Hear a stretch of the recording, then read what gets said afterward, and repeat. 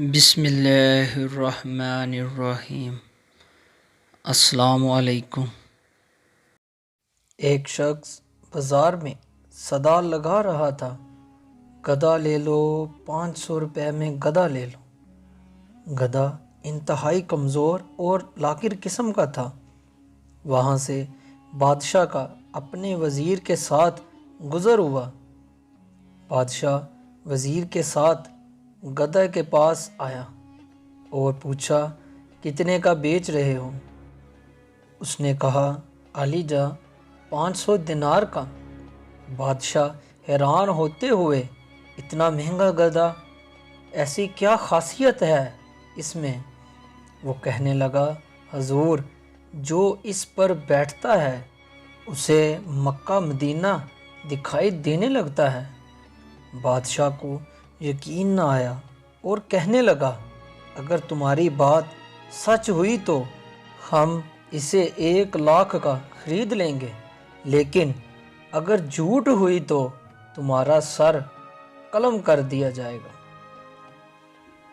ساتھ ہی وزیر کو کہا کہ اس پر بیٹھو اور بتاؤ کیا دکھتا ہے۔ وزیر بیٹھنے لگا تو گدھے والے نے کہا، جناب، مکہ مدینہ کسی گناہ گار انسان کو دکھائی نہیں دیتا۔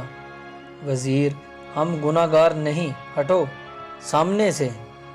یہ کہہ کر گدھے پر بیٹھ گیا، لیکن کچھ دکھائی نہ دیا۔ اب سوچنے لگا کہ اگر سچ کہہ دیا تو بہت بدنامی ہوگی۔ اچانک چلایا، سبحان اللہ، ماشاءاللہ، الحمدللہ، کیا نظارہ ہے مکہ مدینہ کا۔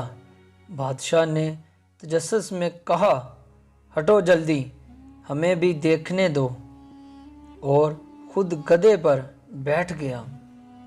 دکھائی تو اسے بھی کچھ نہ دیا، لیکن سلطانی جمہور کی شان کو مد نظر رکھتے ہوئے آنکھوں میں آنسو لے آیا اور کہنے لگا، واہ میرے مولا، واہ واہ، سبحان تیری قدرت، کیا کراماتی گدھا ہے، کیا مقدس جانور ہے۔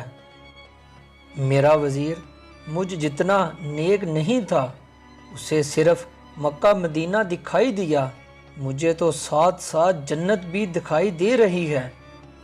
اس کے اترتے ہی عوام ٹوٹ پڑی، کوئی گدھے کو چھونے کی کوشش کرنے لگا، کوئی چومنے کی، کوئی اس کے بال کاٹ کر تبرک کے طور پر رکھنے لگا، وغیرہ وغیرہ۔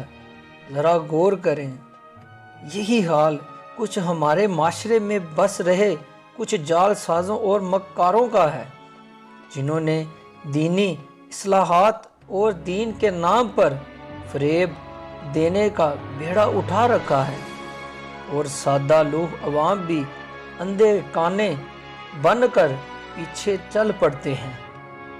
اللہ پاک ہم سب کو سمجھ اور عمل کی توفیق عطا فرمائے، آمین۔ جی تو دوستو، یہ تھی آج کی کہانی۔